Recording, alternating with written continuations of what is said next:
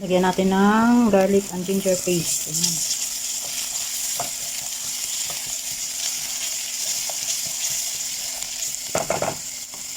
Itong meat powder, half teaspoon lang din.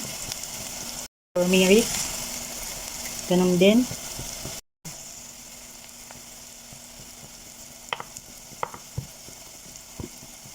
Ayan. Asin. Ayan.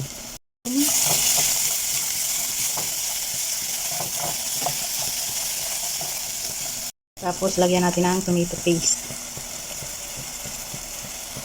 Ayan.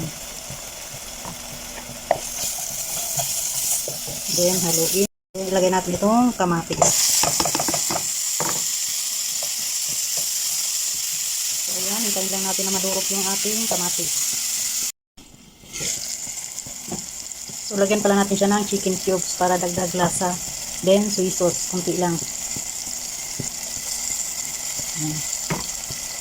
Then, pigaan natin siya ng half lemon.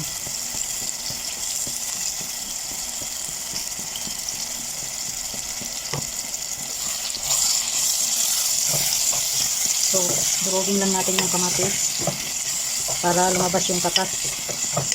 Yan ang magpapalasa sa ating manok. So, ayan, takpan lang muna natin. So, ayan, check natin siya.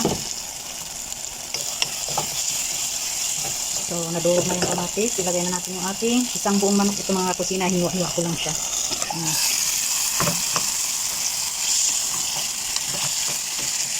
So, hindi na natin siya lagyan ng sabaw.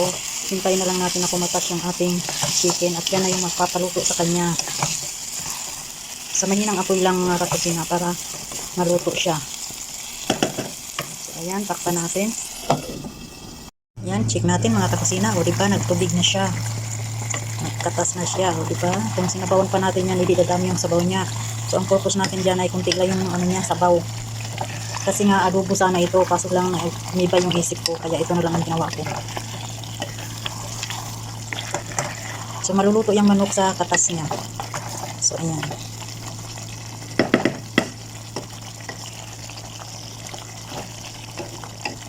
Sarap nito. So ayan, takpan natin. Check natin siya. Oh, diba? Sarap.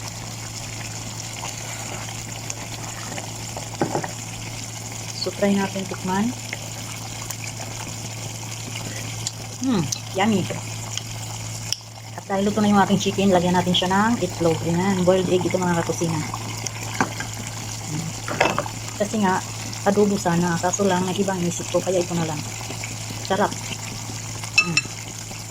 Perfect ulam. Yummy. Wow, sarap. Ayan, chicken with egg. O, diba? Yummy.